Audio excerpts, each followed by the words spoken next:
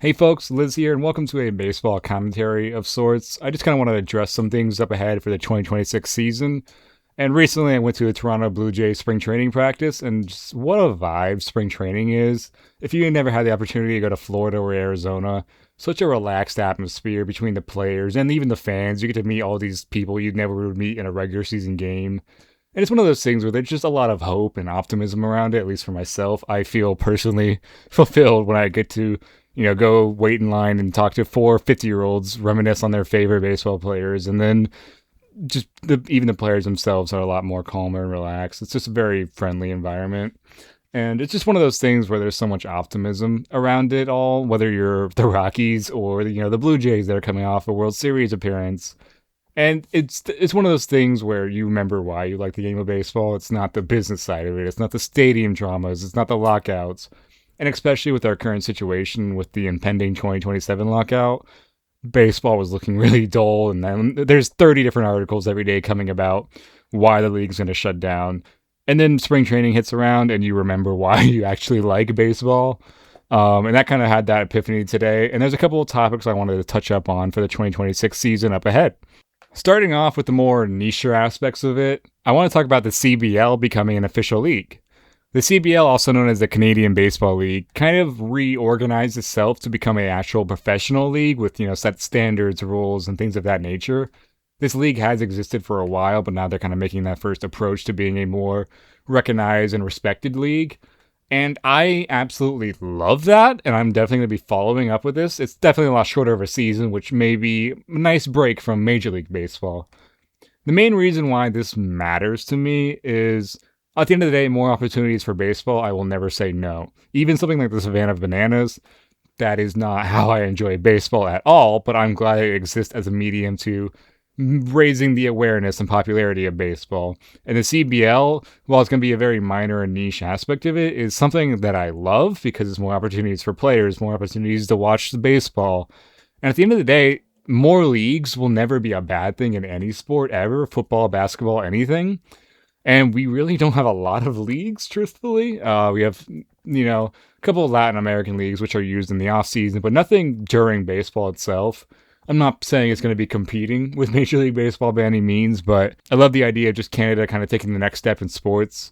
And there's definitely a huge fan base for baseball in Canada. Obviously, you have the Toronto Blue Jays and their World Series appearance and their 2 World Series wins before that. And even things like the Montreal Expos in the 90s, where they were very clearly popular in Montreal. It's one of those things where there's definitely a big baseball culture in there, and I'm hoping that this can slowly elevate that. Because at the end of the day, more leagues, the better. The big controversy behind this league is going to be Ontario being the only province in which this teams play, which travel costs will always be the biggest issue for an up-and-coming league. And it makes sense at this state in mind, and they do have plans to expand to other provinces. However, this league, to remain professional, will need to have some stability as well. So I get the reasoning why. And for American viewers who don't understand the provinces, essentially imagine if Major League Baseball had all of its teams only in the state of Florida, despite it being all of America. While provinces are bigger than states, that's a close comparison in terms of the population of it all. And at the end of the day, the biggest thing I want for this league, however, is you obviously need a competitive nature of it. It can't just be one team dominating the other. I believe it's 8 teams total. My other issue with it is the league needs to form its own identity. Even now, there's a team called the Red Sox. There's a team called the Royals, and there's let me pull up the logo. We have the Royals, who basically incorporate the Rockies logo with the Royals name. And I'm not fully aware of these places. Maybe there's some sort of history with that city associated with, Royals and that nature. This league just needs to have its own identity, because if they're just going to try to be the Red Sox, but in Canada, that's not going to work. It needs to have something. There needs to be a local flair to it all at the end of the day. No one's going to tune in to a Brantford Red Sox game at the end of the day. They're going to want to tune in to a Brantford, whatever local association what that city has, whether it's an animal or anything of that nature. There are a couple different teams in there. I'd definitely be rooting for the Welland Jackfish because their logo, absolutely love it. I'll put it up on screen there. But That's who I'll be rooting for in the Canadian Baseball League. Even the Panthers, they have a very arena football looking logo, which that's my favorite era of logos of all time in the early 2000s. But I really think for this league to succeed, we will need a expansion across other provinces, as well as actual identities. And I don't mean that as a shady way toward the Red Sox or the Cardinals or anything like that. But why is there a team called the Toronto Maple Leafs? If they're trying to grow the league, they're not going to get any extra increases of searches from looking at Toronto Maple Leafs. I don't even know how that's allowed, but even something like that. I understand Toronto and the Maple Leafs hockey team and the significance of the Maple Leaf and the Canadian flag. However, I think they need something with their own unique identity to the local city. It can't just be some big thing like that. But there's definitely work to be done. However, I'm very much looking forward to this league, and I hope it thrives and succeed. Um, More baseball players, even growing the game inside of Canada, is I love it. I worked in a minor league clubhouse for a year in the 2024 season, 2023 season, and the Canadian players, they were limited. But shout out to Ty Penner, he was the main Canadian player I knew. There's not a lot of opportunities for Canadian players to go out there and showcase their talents. And if there's another league in which they can do it on a normal basis instead of flying out all over, I think that would be just an extra opportunities is never going to be a bad thing for players and for fans to watch baseball. Now, the biggest issue with sports leagues these days is it running a league itself with almost like no revenue source is you're basically asking to be bankrupt. I think we see that with spring football leagues. I think we see that with arena football leagues, which that's one of my favorite sports, but it's just not stable at all. So this league needs to prioritize stability over anything first. I don't want them to expand to 3 other provinces if they're going to be closed in then 2 or 3 years because they couldn't afford to withhold those teams. At the end of the day, stability is more important than anything. You know, the NFL, MLB, NBA, they all have stability first. It's a monopoly, but they still have stability of sorts. So that's going to be the most important thing for the Canadian Baseball League to succeed, as well as establishing those identities, those logos, and making it their own. You know, however they can do that, whether they manufacture it or encourage players from other team. You know, if they want to, throw a party after every home run bat flip, make the game different. Don't just make it a lower quality version of Major League Baseball. You know, it has to be their own unique thing, from the game to the logo to the league itself. Next up, we have predictions. I want to talk about this because this is where I'm probably going to be wrong on all of these, but I feel very passionate about some teams heading into the 2026 MLB season. The first of which, and this is probably not going to be the hottest take, but I think there's a strong chance the New York Yankees miss the playoffs. Let me give you some reasoning before all the New York Yankees fans jump off that train. Aaron Judge cannot keep single-handedly carrying this team. If you expect Aaron Judge to have a 10-WAR season throughout the duration of his contract for the next 6-7 years, the Yankees are not going to be making the playoffs. Aaron Judge, love the guy. Met him in person before. He cannot keep single-handedly carrying this team. And this offseason, they essentially added nothing. They're banking on the production of Carlos Rodon and Garrett Cole coming back from their Tommy John surgeries, which typically, recovery from Tommy John surgeries, players don't feel 100% till year 2 or so. So this season could go very awry for the Yankees, and I don't necessarily love the AL East. However, I think if any team in the AL East has the chance to fall off the most, it's going to be the Yankees. Because at some point, Aaron Judge isn't going to have a 10 or 11 WAR season. At some point, Aaron Judge isn't going to be the best player offensively speaking since Barry Bonds and the best without steroid use ever. Leading into that, I kind of want to talk about a Mariners potential slump, leading up to kind of the MVP debate of it as well. Can the Mariners win without Cal Raleigh having a 10 WAR season, 9 WAR season himself? Cal Raleigh just came off one of the best catching seasons of all time. I personally think he should have won the MVP. While Judge's stats were better, Cal Raleigh did it at such a premium position in catcher, which is so physically demanding. And it feels like at the end of the day, will a catcher ever win MVP again if Cal Raleigh couldn't do it? I understand Judge was amazing himself, but catching and playing a right or left field is a completely different ballgame. But will Cal Raleigh have that 9, 10 more season? Will he have the 60 home runs again? I'm kind of the fact that once you win an MVP, I feel like historically speaking, you generally tend to trend downward. And while it's been different with the case with Judge and Ohtani, the narrative around the Mariners essentially all season was that they were going to choke again. And despite if they hadn't made such a deep playoff run, I think we would have remembered it a bit more. But the Mariners basically got hot in the last month of the season, which secured their AL West title spot. But without that, they needed every single one of those Cal Raleigh home runs. And it's one of those cases I'm not sure if that's going to be replicable. So I expect a little bit of a slump from the Mariners. Not a lot. I think the AL West is going to be a lot tighter than what people are expecting. It's just you can't ask Cal Raleigh to put up another 9 WAR, 60 home run season again. There's going to be a huge need for a lot more consistency for the Mariners if they're going to even make it to the playoffs again. And I feel like that's going to give me a lot of hate toward it, but I love the Mariners. Next up, I want to talk about the Blue Jays as well. It's crazy how many teams changed their narratives over just the past season, like the Astros even, but the Mariners and the Blue Jays both stand out as the two teams that changed their narratives the most.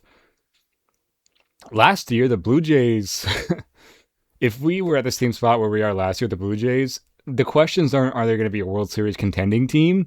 The questions are going to be, when are they going to sell off their pieces? And I understand they had that miraculous year, which changed that narrative, but just last year, it was, oh, the underperforming Blue Jays, and, making the joke about, oh, this is the movie, not the preview. And I'm still skeptical, cautiously, about where the Blue Jays are going to be, because it was just such a violent shift from we don't know who the Blue Jays are to this World Series contending team in, literally 1 year. From never winning a playoff series with that core to right away World Series title contenders, right? So I think there's going to be a bit of a drop-off. I still think they win the AL East, probably. I think it depends largely on their international free agent signing. Losing Bo Bichette is going to hurt dramatically. I don't think the impact of that has been discussed quite yet. I still think they win the AL East. I personally believe it's going to be the Blue Jays or the Red Sox. I actually like the Red Sox offseason a bit more than people tend to, but I expect a sort of drop-off from the Blue Jays.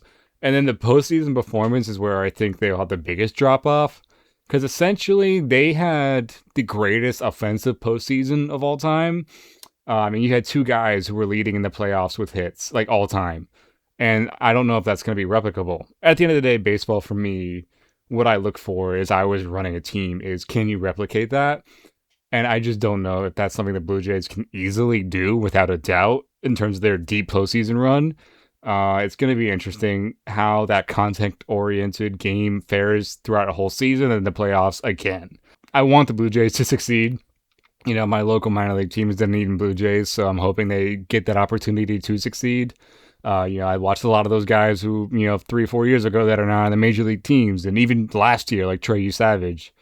So I'm hoping the Blue Jays succeed. I like Canada, as you can hopefully tell by my earlier preview of the Canadian Baseball League, but I'm just not sure how replicable this is, and I feel like we've already forgotten that this team was one average to bad year away from completely scrapping and rebuilding. So it's going to be interesting to follow the progression of the Blue Jays this year.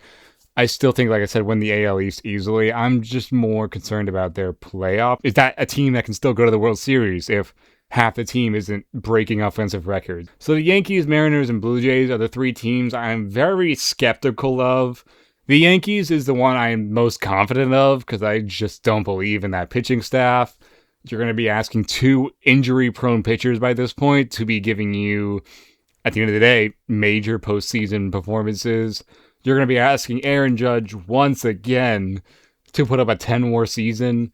Next up, I want to talk about the AL Central. This is my favorite division in baseball, ladies and gentlemen. Yes, it is incredibly incompetent.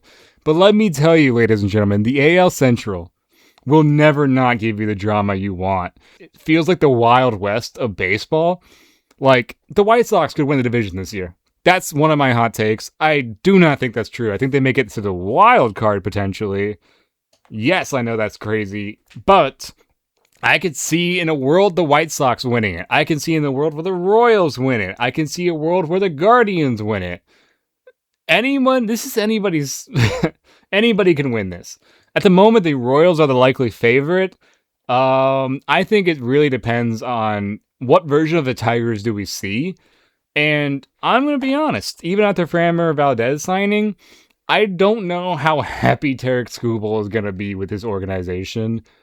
I The Royals are my team, and I have a little bit of bias toward them. And my podcast I listen to, the Royals Rundown, they have been on the moon about this team. So that's kind of gotten me on the hype train too. So I really want to say the Royals are going to win it, but the Royals have the same issues the Yankees have. Sure, mainly in the sense that they are relying on injured pitchers coming back, A. And then B, they can't keep relying on Bobby Witt Jr. to have 10 more seasons. That needs to be addressed. And Bobby Witt Jr. is significantly younger than Aaron Judge. However, that is something that cannot just... You can't expect a guy to do that, regardless of how much he's being paid. Baseball is very difficult for the best players and the worst players, okay?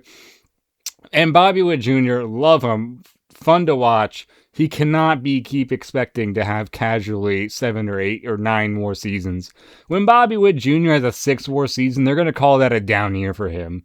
Okay? And that shouldn't be the standard, okay? A 6th more season is a tremendously solid player. So, the Royals, I believe in them winning the Central entirely on the performance of Bobby Witt Jr. and Jack Caglione.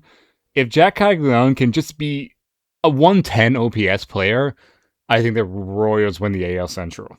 There's obviously a lot of hopes riding on him, even on the scheduled giveaways. There's like, I think 2 or 3 different Jack Caglione events, which is crazy for a guy who had almost -2 WAR last season. But I am optimistic. Cool name. They're bringing the home runs back for the first time ever in Kauffman Stadium. So I believe in the Royals, and I'm going to die on that hill, okay? With the White Sox, they're very interesting. Go check out Sox in the Basement, amazing podcast. I feel like Colson Montgomery is completely undervalued and rated. Yes, I see the alarming strikeout rate. I can hopefully only see that getting better. We really have an unknown too with the White Sox on free agent signing. This guy is going to either hit 50 home runs or have the worst strikeout rate in the history of baseball. I don't see a middle ground there at all. And maybe that's me being way too extremist, but extremism gets views, right? But legitimately, I want to be hopeful about him because I love international free agents. I love different cultures in the game of baseball. That is what I want. And I really lean toward he's going to have a 30-35% strikeout rate, and he's not going to be called down with the money the White Sox are paying him. So if you told me I had to place money on it, and I'm not a betting man in sports, I'm going to say he's going to be closer to that 30-35% strikeout rate than the 40-35 home run guy. I hope I'm wrong about that, though, even being a Royals fan. With the Tigers in the AL Central, it's so interesting because if the Tigers are just average to even below average, and they don't think they can win the AL Central, there's no world in which they don't trade Tarek Skubal. So my belief in a Tigers downfall, and downfall being like second in the division, is almost entirely based on what happens with Tarek Skubal and the Tigers in the first half of the season. I'm operating on the assumption that he will be traded by the All-Star break. If they're 4 or 5 games back at the All-Star break, are they going to contend with that? Are they going to trade away to get MLB-ready prospects for next year? I lean toward that's what they would do. While there's advantages to keeping Skubal if he leaves, I don't believe in the fact that A, he'll resign, and B, the Tigers could be a better team next year if they get 2 or 3 MLB-ready prospects, or 2 MLB-ready prospects and 1 rookie ball low-A guy. All right, that's enough about the AL Central for now. The Guardians are entirely resting their hope on a rookie outfielder. I don't expect them to do much, and I expect Stephen Kwan to be traded at the All-Star break, so I don't think they have much of a chance. But man, did I love guard ball last season. A lot of people made a lot of people made fun of Stephen Kwan for calling it guard ball when it's just small ball. But we don't have small ball a lot. I freaking love small ball. If it were up to me, 25 teams would be playing small ball. The other 5 would be the home run focused teams, right? But guard ball, love the idea, love the concept. If you made fun of Stephen Kwan for saying that, you can't make fun of Stephen Kwan. He's cooler than you. He looks better than you. He makes more money than you. Unless you're Jeff frickin' Bezos watching this, you have nothing to say against Stephen Kwan. So respect guard ball, alright?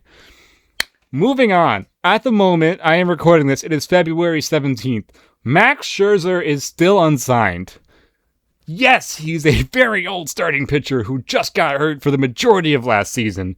However, I thought for sure he would be signed by before January. And this is maybe on me, but largely based on the fact that those postseason pitching performances were stunning. Absolutely amazing. Very much 80s, 90s style of baseball pitching performance where I'm going to do this until my arm falls off. I'm going to do this when I say I'm done. It was very much that classic macho guy thing. And like, boy, I get freaking chills watching Max Scherzer pitch in the postseason. And last season, especially with the Blue Jays, what would the Blue Jays have done without Max Scherzer? In the postseason specifically. Obviously, he was essentially gone for the majority of the regular season. And I don't understand what the case is. I don't know if it's a money thing or whatever it is, but if I am a playoff contending team of sorts, why am I not signing Max Scherzer? I know he can give me 5 or 6 quality innings in the postseason. I feel like, is that not worth 10 million, 15 million? Justin Verlander just got 16 million, was it? 50 million? Is Max Scherzer not worth more than that? You're not paying Max Scherzer for the regular season at all. If you get something from him, that's great. But you're paying him for those postseason starts. His impact could be just obscenely insane in a postseason performance. And maybe I am. I'm not even going to say maybe. I'm probably overhyping it based on those playoff performances. But Max Scherzer can be a game changer off the field, I believe, personally. And then on the field, that attitude is something a team needs. I would even say something a team like the Royals could potentially use that.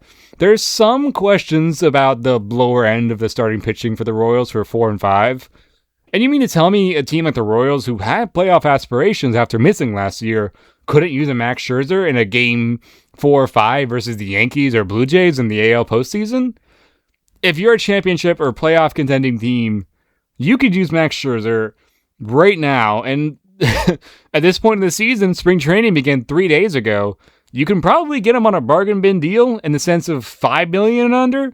I would have predicted 10 to 12 million, but at this point, if Max Scherzer wants to play, he could go anywhere he wants.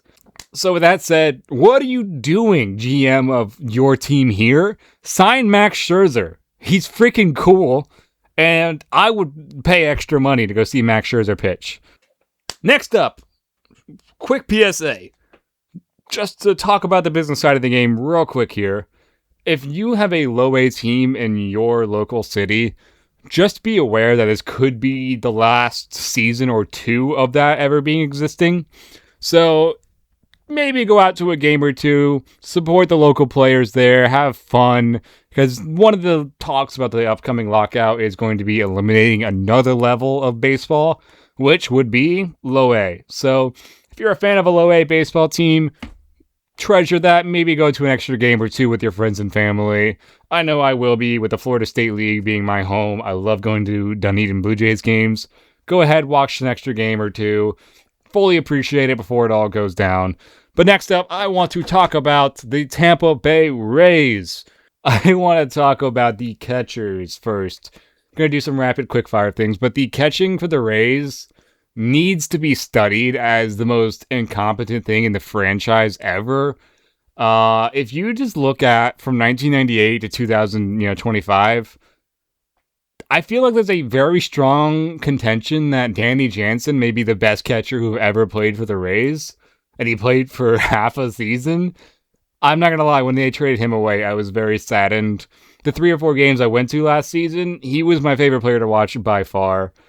it's going to be worse this year. The Rays catching is something to be admired, and they've always strived for defensive first catchers more than offensive catchers, but even growing up, guys like Navarro, I always thought were the greatest catchers of all time in baseball. And then when I actually grew up as an adult and can see how badly they performed, I realized nope. You guys got the wrong Molina. I love him, but you guys got the wrong Molina.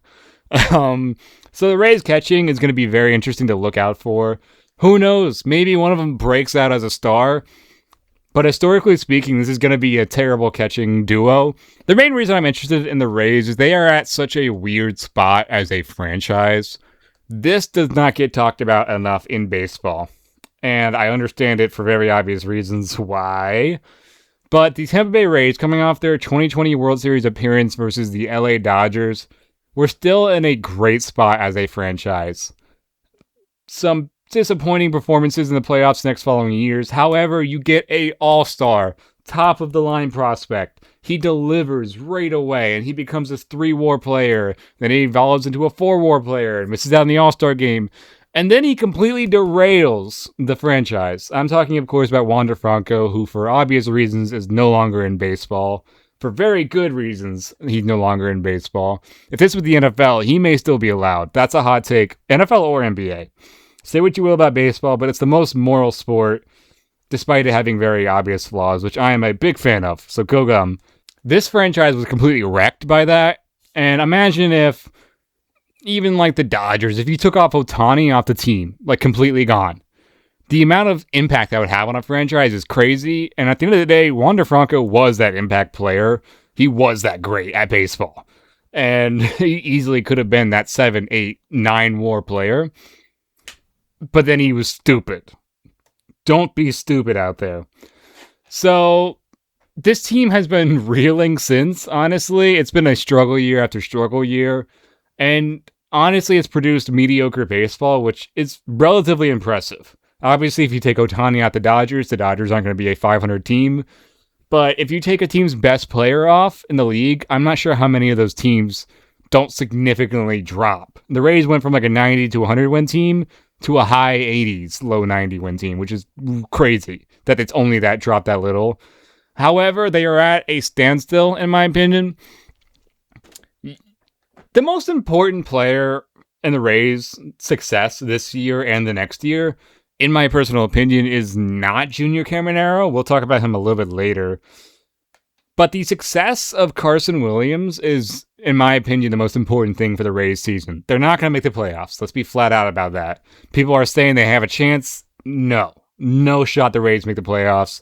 If they do, I'll freaking jump in the coldest lake in the world. You can put that, tape that, clip that, whatever you got to do with it, do that. What's the coldest lake in the world? I don't know. I'll jump in a lake in Canada. I'm a Florida boy, right? I've never lived in snow. I love cold plunging, but that's a different beast between jumping in a lake in Canada in winter. Well, anyways, back to the topic. Carson Williams struggled defensively and offensively last season, creating like a negative .02 WAR.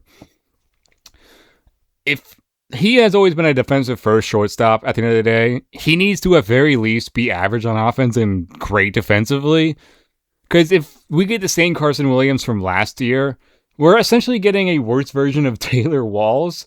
I freaking love Taylor Walls. I'll die on a hill for that. But people are tired of Taylor Walls. They're calling for his head. And if Carson Williams doesn't excel, this franchise is going to become the worst in the AL East by far. And we may see a return to form of the 60, 70 win Rays, which has not been seen since the Devil Rays era. I'm talking about a level of bad, not like, oh, we're a rebuilding team. I'm talking like god-awful, terrible Tampa Bay Devil Rays levels of bad. There's not truthfully a lot of promising prospects. They are just at the most interesting turning point, because if Carson Williams does become that top 15 prospect, whole trajectory of the franchise shifts way upward, and they can maybe turn that 80-win team to the 90-ish range, at the very least become a playoff team. But if Carson Williams just is average at best and a better version of Taylor Walls, offensively speaking, that's not going to be enough for this franchise. This guy has to show his ultimate potential. And he just struggled offensively at AAA. He struggled in the major leagues. And defensively, he struggled. I expect him to be a lot better defender now. But offensively, if he just struggles again, I think you just got a younger version of Taylor Walls. And like I said, I will die for Taylor Walls, all right? You see that, Taylor Walls? I will die for you. Not really, but trust me. So, the other reason why I think the Rays have absolutely no shot of winning anything, I have them mentally in my head, I have them as a 74 to 76 win season. Junior Caminero, I expect to fall off. Not to dramatically decline. The nicest version of a decline ever. I love the bat speed. He's got a lot to work with there, right? However, this is something I don't see people talking about a lot. He's going from essentially the New York Yankees home run friendly stadium to the Tropicana, which is ever so slightly a pitcher's park. He's not going to hit 40 home runs. He's probably going to fall down to that 30 to high 20s range. If I had to put my money random number out there, let's go 28. If he hits roughly around that, that's going to be a huge decline. That's, half of your home runs is a crazy decline. So I don't necessarily believe in Junior Caminero in that sense, just largely because of that ballpark. And I just don't envision him being that 4.5 WAR player. Still a very good player at maybe 3.5 WAR or high 2 WAR, but I just don't see him coming. I just don't see him lighting the world like he did on fire this past season. I definitely see a bit of a decline. Whether that's, half his home runs or a third of his home runs, whatever that looks like for him. Next up, I want to talk just quickly about the real estate situation with the Rays and things of that nature. The main concern I've had with the new Rays ownership is, first off, it feels disorganized. I feel like there's different groups that are all, we have one, sole CEO and president now, but it doesn't feel like there's one singular owner behind it like there was with Stu Sternberg, which I wasn't a fan of him, but at least we knew he had the final word on everything. Whereas this ownership feels a lot more group-based, and I feel like if something needs to pass, it's going to need 20 votes. And there's been a lot of local reception with the Rays that have been very positive. I have been very skeptical the entire time. They have made progress on things like the stadium situation. However, they're still asking for $1 billion from the city and the county, which is just crazy that would ever happen. And once again, we're hearing, surprise, surprise, a team wants to do a real estate project in addition to the stadium, which, why are we paying for billionaires to have real estate stores? For the unaware, the Atlanta Braves have essentially built a stadium and a local plaza of sorts, if you will, with hotels, bars, restaurants, coffee shops, things of that nature, to kind of increase the game day environment, which I'm always a fan of. I love the idea. However, I don't think we should be giving these people free real estate land for a community project, of which they will make a tremendous amount of profit, aside from the actual profit of Major League Baseball. This is something that, what are we doing here, folks?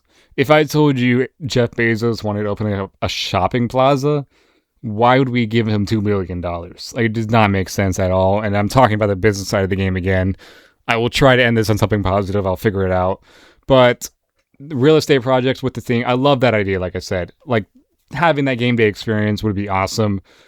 However, this is my personal prevailing theory that the Rays payroll will only solely go up or down based off how successful the real estate is that year for the Rays, which that is the part that scares me the most.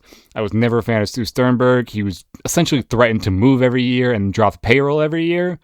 And, even though he ended on a high note being the ball boy, which was totally a bad PR scam that fooled a lot of people.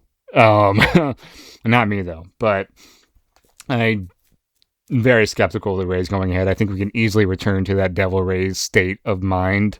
I do hope for a rebrand, though, because that is the worst logo, I want to say, in sports.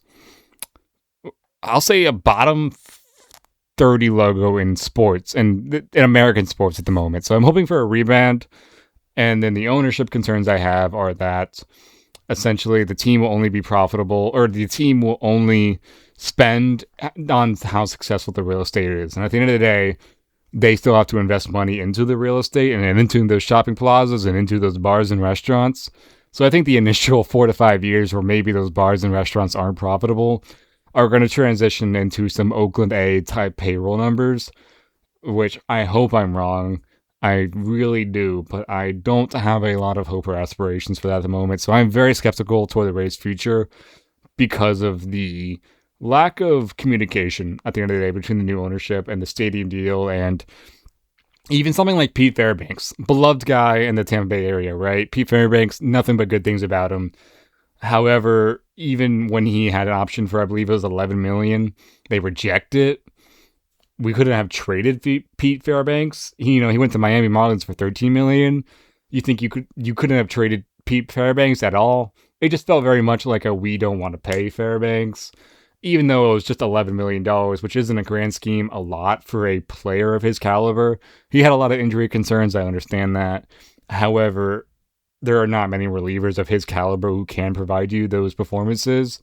And just to release him essentially for nothing is the first major red flag of this, as well as the we want a real estate with the stadium project as well. But Rays are an interesting spot. I think they're at the most interesting spot as an organization in terms of the players on the field and in terms of the business side of the game. They're at such a crossroad of this could go really bad or it could go really well. And it doesn't feel like there's a lot of a middle ground there. So that's all I had to say about the Tampa Bay Rays. Next, I want to talk about no-hitters. When the introduction of the pitch clock occurred in the 2024 MLB season, as someone who worked with the pitch clock too, I thought it would dramatically decrease the likelihood of no-hitters in perfect games for a variety of reasons, such as like if a pitcher just needs to stop and take a breath, there's not very many options for him to ease into something, and you want to build yourself up for a big pitch or whatever. And the pitch clock at the end of the day rushes people, batters and pitchers. But at the end of the day, if a pitcher's in the middle of a no-hitter, he's going to be rushed a couple of times, or a perfect game, he's going to be rushed. I was wrong entirely, as we had 4 no-hitters in the 2024 MLB season. And however, we had 0 no-hitters in the 2025 season, so maybe I still have something working on there. But now we're being introduced to the ABS system, which is a pitch challenging system, to leave it shortly there. I think this, and from my experience as well, watching this in minor league baseball and working there, I think the ABS system will dramatically help hitters more than pitchers, which I kind of reinforces, in addition to the pitch clock, my theory of sorts, if you will, that no-hitters in perfect games will become more uncommon as these rules are being introduced, and we're kind of at the end of the major expansion of rules in baseball. So I think we could potentially have another year of no-hitters, which we've had a decent amount over the last 8 or so years, I feel like. And maybe this is just an evening out of sorts with, time. But that being said, I'm going to take a wild guess and say we have 2 no-hitters and disregard my theory entirely. I think the Tigers, Tarek Skubal probably gets the no-hitter. Let's see. Let me look at the Tigers schedule real quick. It's going to be June. I feel like the no-hitters are always in June based off vibes. In June, road game against the Twins. There's a road... actually, the 9th, the 10th, and 11th is a 3-game series against the Twins in Detroit. One of those games is going to be a no-hitter for the Tigers. You have my bet right there. The other one, the other no-hitter, could be a Dodger no-hitter. It's going to be a weird one, though. It's going to be a combined no-hitter for some reason, like someone gets hurt or a pitch count swap. I think that's going to be... We're going ahead and call that August. The Rockies. I was thinking it'd be the Rockies. They have a road series on the Rockies, the 17th, 18th, and 19th. We'll go ahead and say the 17th. The Rockies get no-hit by the LA Dodgers. That sound good? I might do a live watch of those games because it's going to happen. It's gonna. All right, lastly, I want to talk about some players I'm looking forward to in terms of their major league debuts. Like I said, though, I worked with the Phillies for 2 years, so I have some bias toward their minor league system players just because I know a lot of those guys personally. And this is kind of the first year where some of those guys are really making their strides into the major leagues. Otto Kemp was the first player from the minor... Otto Kemp and Orion Kerkery were the 2 players who were the first from minor leaguers to major leaguers in my time with the Phillies. So those 2 I'll definitely be interested in keeping up with, especially with Kerkery, because playoff... I don't want to call it a playoff choke. And, I know these guys personally, so I hate using that term. But when relievers have bad performances in the postseason, they tend to have a career falling off of sorts, which has been well documented on YouTube. So I'm curious if Kirkery will have that kind of sort of drop off. Will he bounce back? Otto Kemp was the last guy I expected to be called up first, aside from Kirkery, because he was never ever really that like top guy in the Phillies organization, and he just kind of grinded his way out pretty quickly. It felt like. I definitely thought he still had a year or two, so we'll see if he performs up to expectations, whatever the expectations are for the Phillies. Moving on, I want to talk about Hao-Yu Lee of the Detroit Tigers. He was traded from the Phillies to the Tigers. May potentially make his debut toward these September call-ups. Love the dude, fiery guy. We love our short kings here. I believe he's 5'9". He played with such a fiery passion that I think he fits Detroit perfectly, and I think Detroit will love him back. Last time, I remember he was kind of an average defender, slightly below average in the infield, but he thrives in generating offense, and he's just going to be that hustle player for you. So Hao-Yu Lee, for the unaware, I believe he's 6 in the Tigers system. I always thought he's been undervalued, so I really hope he just hits the ground running whenever he gets that call up.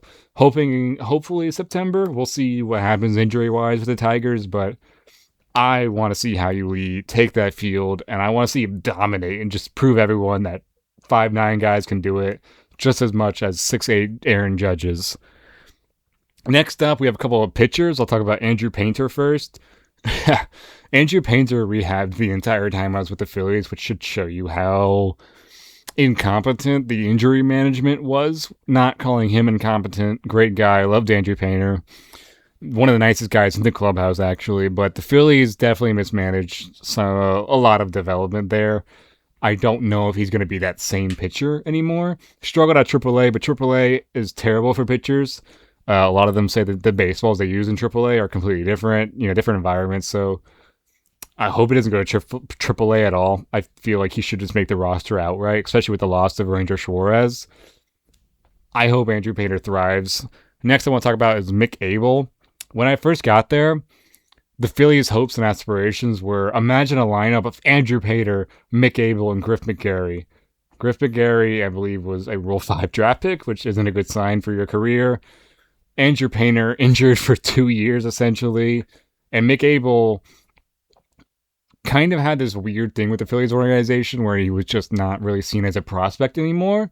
But then he goes to the Twins and has a couple of great performances. So it's weird to see how the hype generated for these top 3 pitchers who commonly hanged out together as well, might I add. And Andrew Painter's the last one there. So it was interesting to see the fall off and rise of those players. So interested in Griff McGarry too, as he is a Rule 5 draft pick. Will he be returned? What happens with him there? Because all 3 of those guys, very interesting story. That was seen by people in the organization as Scherzer, Verlander, that kind of sort of nature, of caliber of pitchers. And we don't know truthfully about Mick Abel. He's entering his 25th season, which at the current state of Major League Baseball is relatively old. I feel like guys are being more and more introduced as younger and younger, especially pitchers. If you have the stuff to get guys out, there's going to be no more waiting period for you. Look at Paul Skeens as an example. The last Phillies guys I'll talk about, Justin Crawford. If you don't know about Justin Crawford, let me tell you. Son of Carl Crawford, essentially he hits ground balls, and he has his percentages and the angle which he hits, he's unexplained. He gets on base, he hits the ball. It's the issue of like how he hits the ball.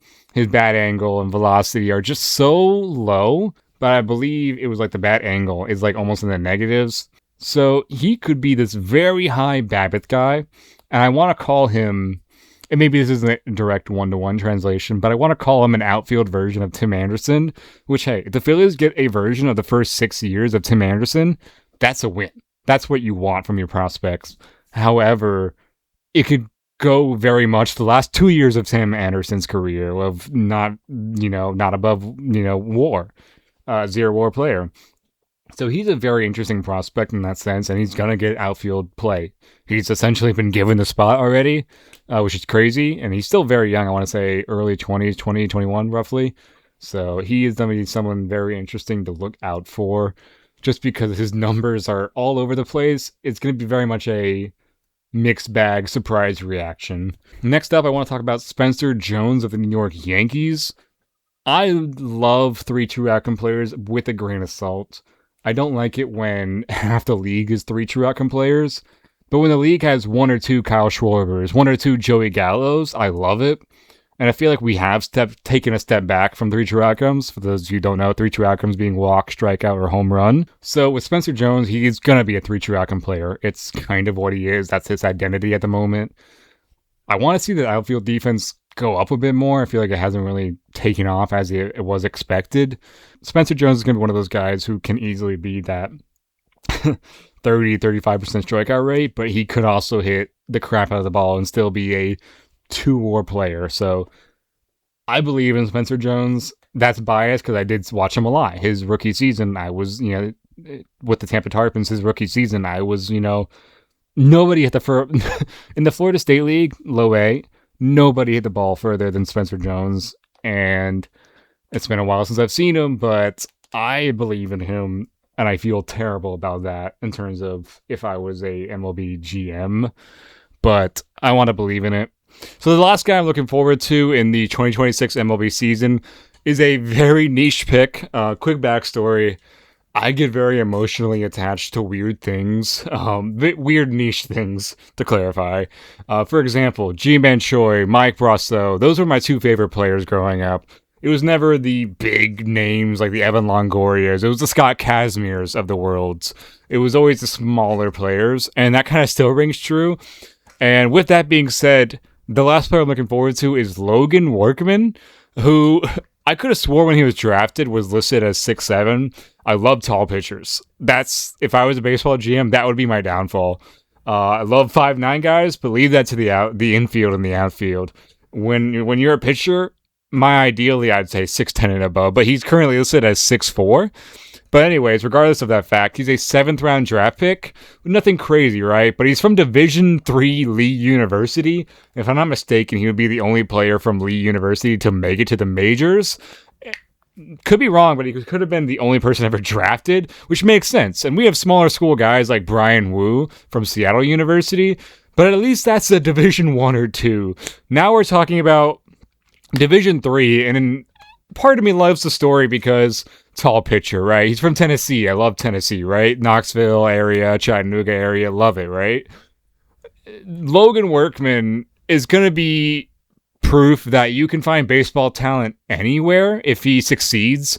And I want to emphasis here, he's not going to be an ace starter. I'm really putting that out here.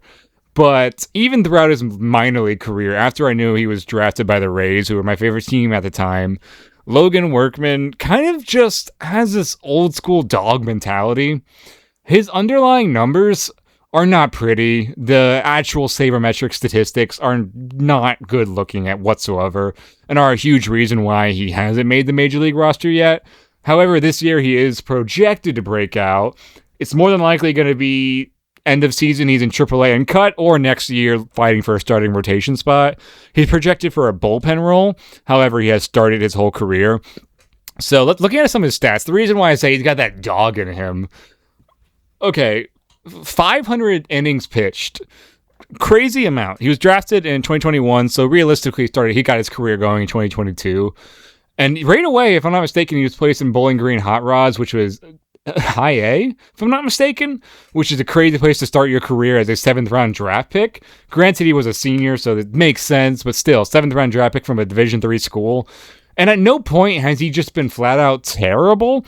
So it's very interesting to watch his career. And I've been studying it since he was drafted back in 2021.